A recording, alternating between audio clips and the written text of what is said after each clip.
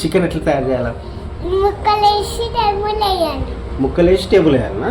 Table వేసి కోసేయాలి. కోయాలనా? కోసిన తర్వాత ఏం చేయాలి?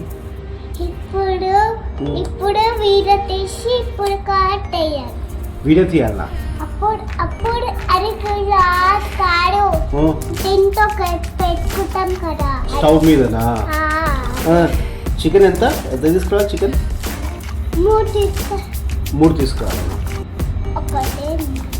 ఒకటి 3. ఎట్లా ఉండాలి చెప్పు ఒకసారి అందరికి. చికెన్ ఏం చేయాలి చెప్పు.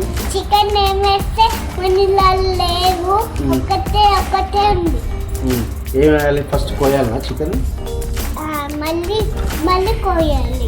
కోసి మటన్ వేసి నీళ్ళు పోసి మాటేసి ఇంకా